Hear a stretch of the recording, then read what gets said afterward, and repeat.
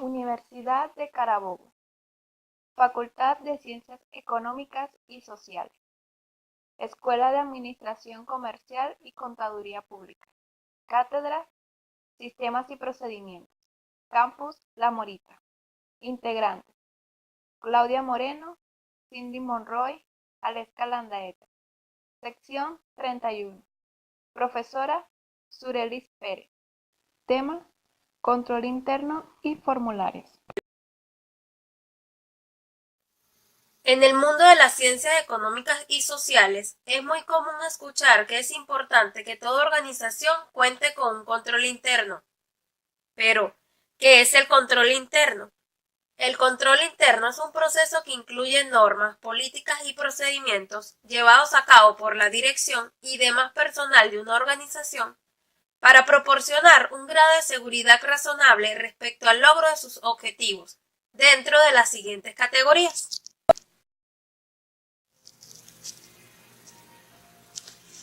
Los objetivos operacionales son los referidos a la eficacia y a la eficiencia de las operaciones de la organización.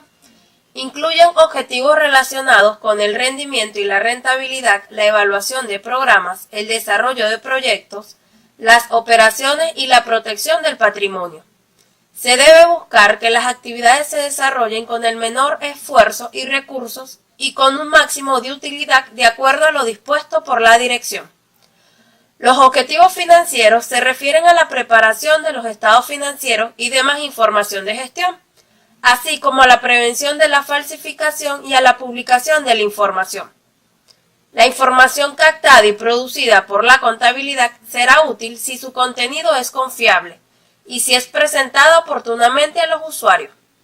Los objetivos de cumplimiento son los referidos al acatamiento de las leyes, la aplicación de instrumentos legales y otras disposiciones pertinentes. Toda acción emprendida por la organización debe enmarcarse dentro de las disposiciones legales del país y debe cumplir con la normatividad aplicable a la compañía.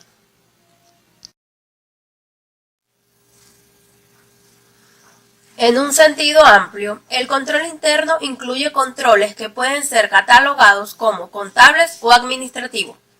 Los controles administrativos son aquellos que comprenden el plan de organización y todos los métodos y procedimientos que están relacionados, principalmente con la eficiencia de las operaciones, la adhesión a las políticas gerenciales y que, por lo común, solo tienen que ver indirectamente con los registros financieros. Así, un ejemplo de control administrativo es la política que obliga a los trabajadores a portar su identificación en un lugar visible mientras estén en las instalaciones de la organización. Otro caso es la obligatoriedad de un examen médico anual para todos los trabajadores.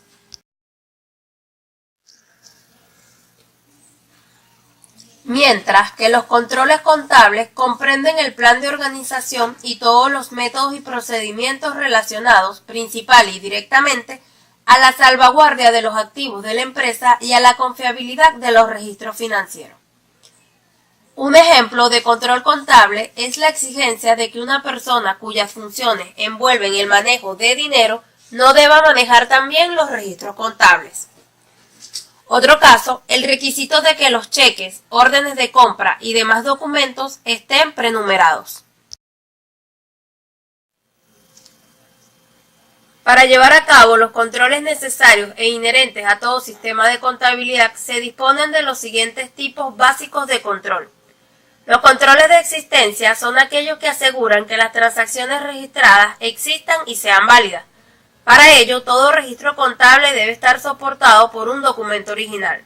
Un ejemplo de control de existencia es la política de que los inventarios se deben recibir previa verificación de su pedido, a través de la revisión de orden de compra interna. Los controles de custodia sirven para asegurarse de que los activos valiosos y movibles están resguardados del riesgo de robo y pérdida. Para ello, deben hacerse revisiones periódicamente que certifiquen el buen estado y la existencia de los activos. Un ejemplo de control de custodia es la contratación de una vigilancia para que cuide el almacén de materiales.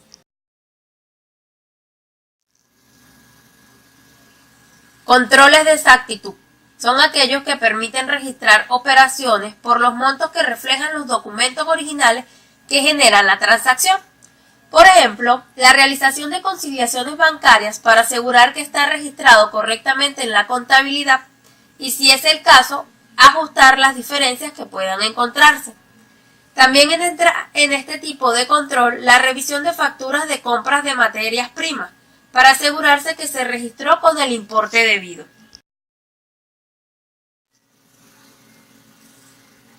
Y por último, los controles de autorización, orientados a permitir operaciones que son válidas desde el punto de vista interno, es decir, estos le dan validez a la existencia de una transacción y genera normalmente la continuación o no del procesamiento de la operación.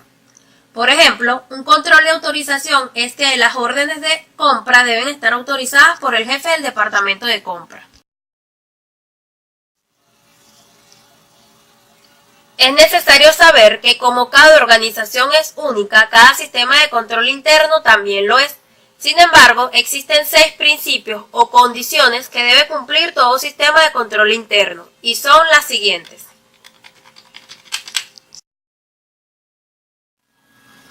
Primera condición, la competencia del personal. Son aquellas políticas y procedimientos que tiene la empresa para contratar, supervisar y entrenar el personal, con el objetivo de que éste se encuentre totalmente capacitado para desarrollar su trabajo.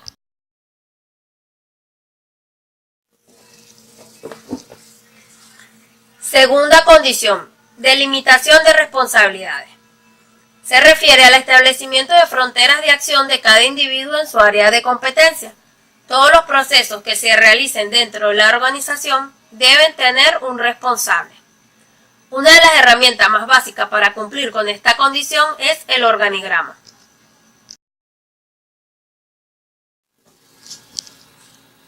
Tercera condición, establecimiento de niveles de autorización.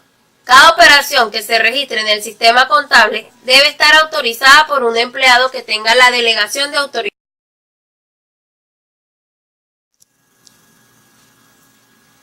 Cuarta condición, segregación de funciones. Establece que un empleado o departamento no puede realizar funciones que por su naturaleza sean incompatibles de ser llevadas a cabo por una sola persona o unidad. Es decir, la persona que realice los registros contables no puede ser la misma que efectúa la operación.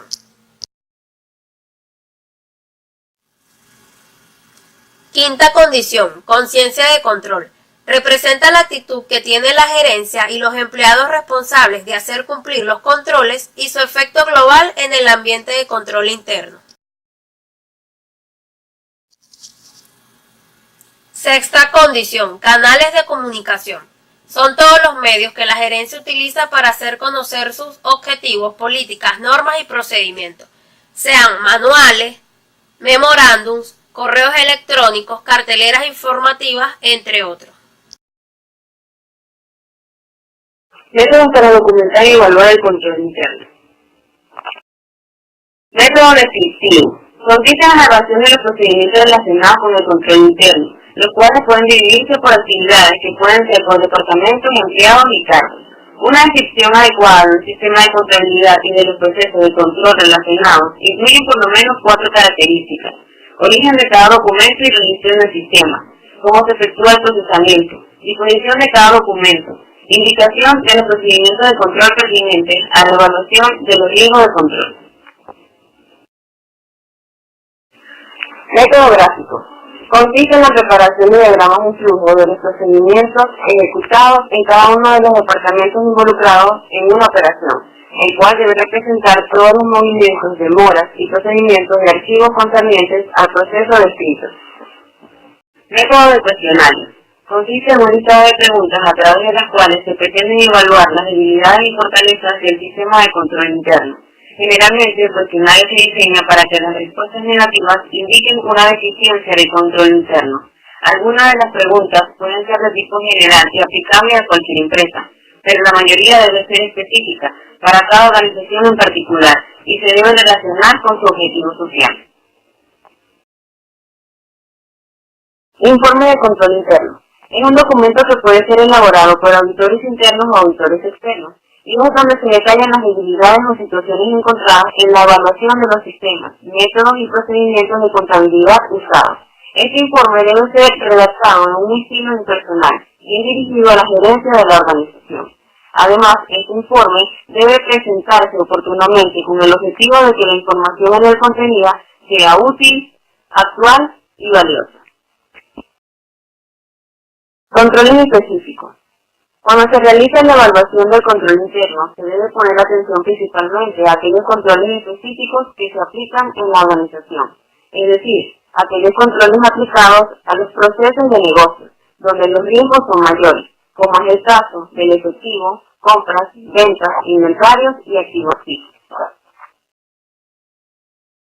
Efectivo. Es el plan organizacional orientado a obtener información segura, salvaguardar el efectivo en caja y bancos, fomentar la eficiencia administrativa y la adhesión a las políticas de la empresa. Principios básicos de efectivo: segregación de funciones de autorización, ejecución, custodia y registro de caja y banco. En cada operación de caja y banco deben intervenir cuando menos 4 personas. Ninguna persona que interviene en caja y banco debe tener acceso a los registros. La función de registro de operaciones de caja y banco deben ser exclusivas del Departamento de Contabilidad. Controles básicos de efectivo. Están orientados a reducir los errores y pérdidas dentro de la organización. Uso de formularios de control adecuados. Pagos por medio de cheque con un mínimo de 2 firmas autorizadas. Alquileres de cajas sorpresivos y consignaciones bancarias. Inventario. La correcta administración del nivel de los inventarios puede ser un factor de éxito o fracaso de una empresa. Por ello, la organización debe establecer un plan organizacional para salvaguardar las mercancías y demás existencias, así como proveer información exacta y confiable. Principios aplicados en inventario. Segregación de funciones. Ninguna persona que maneje inventario deberá tener acceso a los registros contables. La base de evaluación de los inventarios deberá ser constante y consistente. Controles básicos en inventario. Acceso registrado al área de almacenes, registro de entrada y salida tanto de personas como de materiales. Conteo físico del inventario por lo menos una vez al año. Comprobación del inventario contable y el inventario físico. Registro inmediato de entradas y salidas de inventario. Vigilancia interna y almacenes adecuados.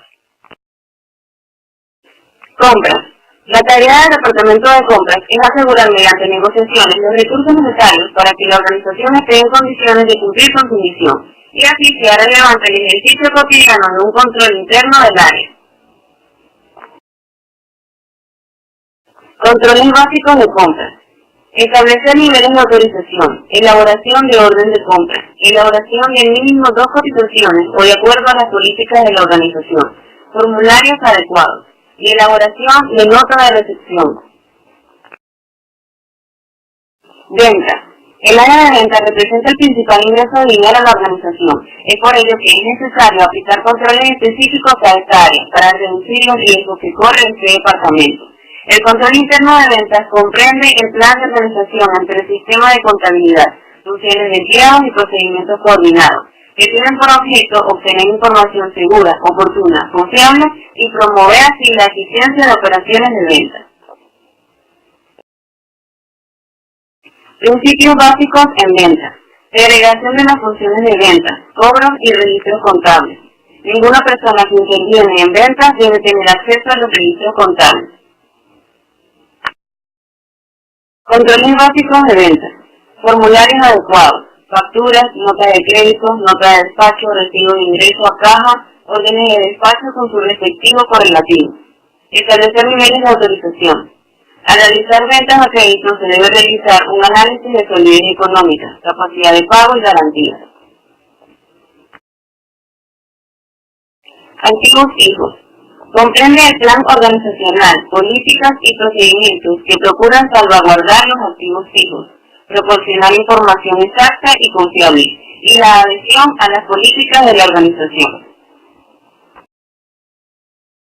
Principios básicos del activo fijo. Segregación de funciones. La custodia y el registro contable de los activos fijos no puede estar a cargo del mismo empleado. Algunos controles básicos de activos fijos.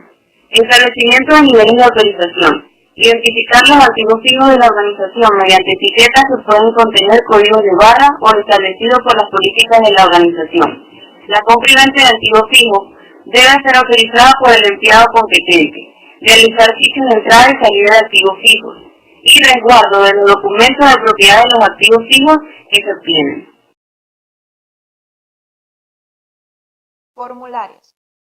Conjunto de formas fundamentadas en el objetivo de captura, registro, control y/o proceso de una entidad. Proporciona comunicación, identificación y control. Procedimientos para la sistematización y administración de formularios. Estos pueden definirse como la técnica y arte de estudiar, diseñar, usar, mantener, proteger y eliminar cuando así procesa los formularios de una empresa. La sistematización de formularios comprende los siguientes procedimientos, prácticas y técnicas. Recolección de muestras de los formularios, registros y reportes utilizados por la empresa. Se toma un inventario de los archivos con el fin de analizar y rediseñar los archivos departamentales y el central. Asignación de título a cada formulario. Creación de un archivo de formularios. Consiste en la apertura de una carpeta para cada formulario y archivamiento de lo que sigue. Copia del formulario, reporte o registro. Información sobre el consumo anual del formulario por los departamentos que lo usan. Determinación de las técnicas y prácticas aplicables de la operación y la administración de archivos, ya sean archivos departamentales y el central. Archivamiento, duración, protección y destrucción. Análisis y rediseño de cada formulario. Se realiza después de determinar la posibilidad de función o de prevenir duplicidad. Envío al impresor de lo rediseñado junto con su hoja de especificación. Archivamiento de la hoja de datos y demás instrumentos archivables del diseño y dibujo de ese formulario. Actualización de cada carpeta al llegar los impresos. Objetivos y ventajas de la sistematización y administración de forma específica. Provocar una actitud mental favorable en él. Facilitar la anotación de los datos. Facilitar el uso posterior de los datos. Reducir al mínimo los errores. Economía en material, en impresión y en uso. Ordenar los datos en secuencias de ocurrencia. Reagrupación de datos. Facilitar la manipulación del formulario. Aumentar la eficiencia en los procesos. Objetivos y ventajas de la sistematización y administración de forma general. Ahorro de espacio. Ahorro en equipo. Protección de archivos. Eficiencia de archivamiento. Zonas de un formulario. Estos se componen de la siguiente manera. Identificación. Está compuesto por el título, nombre, número de serie si es prenumerado. Las instrucciones son las que explican el llenado del formulario y las que explican cómo se deben distinguir las copias. La introducción son los datos que preparan la acción o el acto que tendrá lugar. Señalan la persona a quien se dirige, cuándo y dónde tendrá lugar la acción. El cuerpo. Y por último, la conclusión. Comprende las firmas, aprobaciones, autorizaciones y observaciones que tienen por fin darle validez al material del cuerpo. Estandarización. Es un procedimiento sistemático para la eliminación de tamaños y otros elementos innecesarios al efecto de la mayor economía posible en la adquisición y el uso de los mismos. Esto se divide en estandarización por funciones. Es la clasificación de las formas impresas por el título con el fin de agrupar todas las que tengan el mismo título. y determinar si por tener el mismo título y perteneciendo a departamentos diferentes se podrían combinar. Estandarización por el tamaño. Consiste en la selección de los tamaños del papel de formas que sean adecuados para el equipo y que a su vez resulten económicos. Estandarización por la clase del papel. Involucra la selección de un número mínimo de clases de papel. Estandarización de los métodos de producción y tipografía. Es la selección del método de producción a emplearse y la selección de las caras y otros elementos tipográficos. Estandarización de las órdenes a los impresores.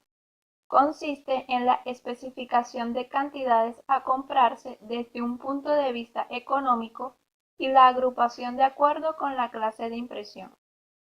Técnicas para el diseño. Para ello se consideran los siguientes elementos. Copia, impreso o datos fijos. Incluye todas las palabras, los números y símbolos de carácter fijo, o sirve como guía para las anotaciones o marcas que son hechos durante la fórmula. Distribución de lo impreso. Se trata de la manera de distribuir el elemento copia en el material de registro, considerando ordenación, espaciamiento, ya sea máximo y mínimo, omisiones y bloqueo, tamaño funcional del formato. Anotaciones y marcas. Incluye la información y los datos que se suelen registrar en el formulario. Después de ser impresos, son subclasificados en superficiales, transsuperficiales, subsuperficiales, recurrentes y no recurrentes. Material.